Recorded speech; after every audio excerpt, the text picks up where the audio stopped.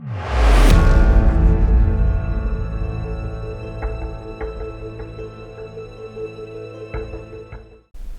guys and welcome to Painting Panzers. My name's Christian and today we're going to be taking a look at the brand new Kickstarter from RKX Miniatures. This is the Merville battery. So as the name suggests, for those that are familiar with it at least anyway, this is basically a British Airborne Kickstarter for STL files based around those in D-Day, but they have also branched into the Arnhem and Operation Varsity sort of scene. So there's other stuff that perhaps wasn't available on D-Day that we are going to be seeing in this particular Kickstarter.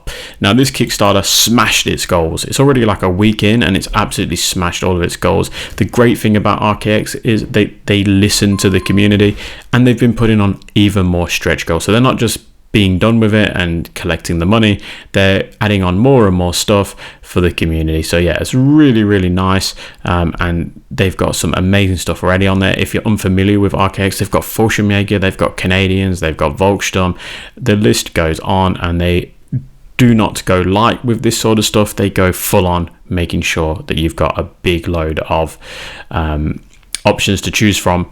So yeah, definitely check out RKX Miniatures.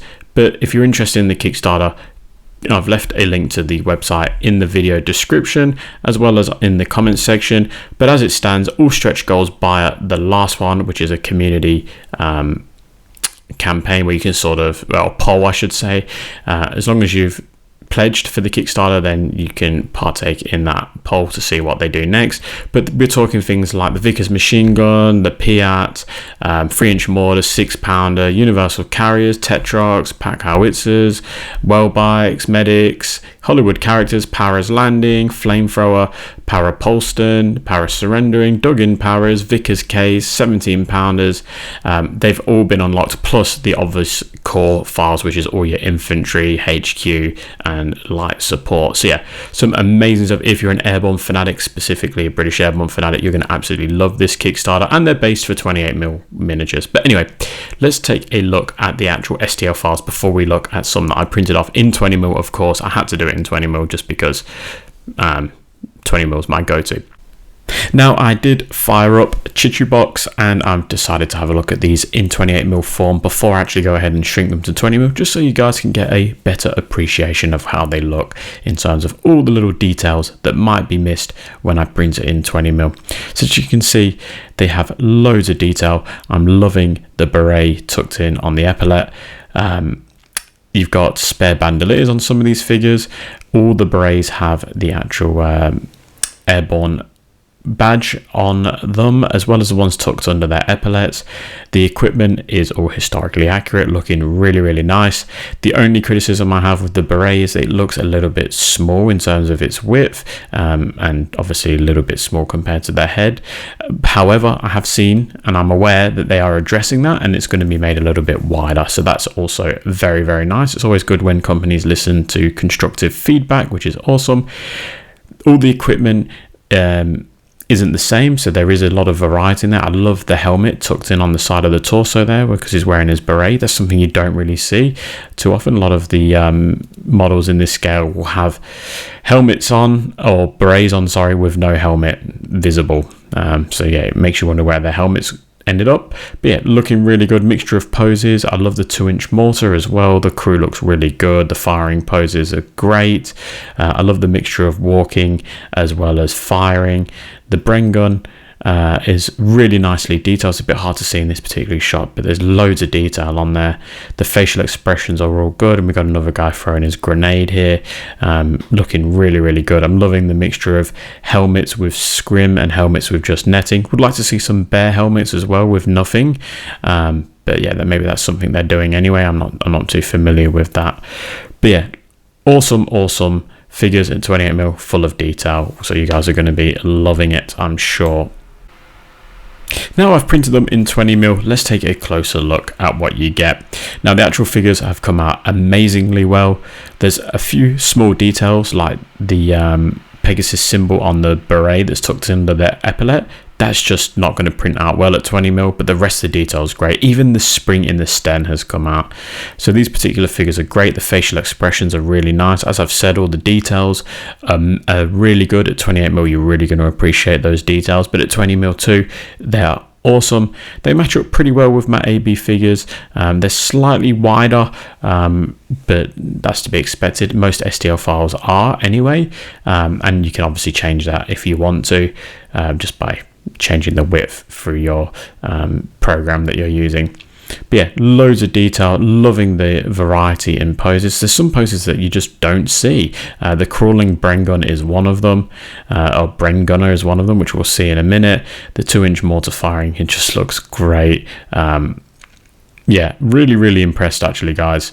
There we go, there's the Bren gunner. He's missing one of his bipod legs. It broke off. I'll have to reprint him or fix him up. But yeah, I love that he's sort of crawling, holding the handle of the Bren gun, which is just brilliant.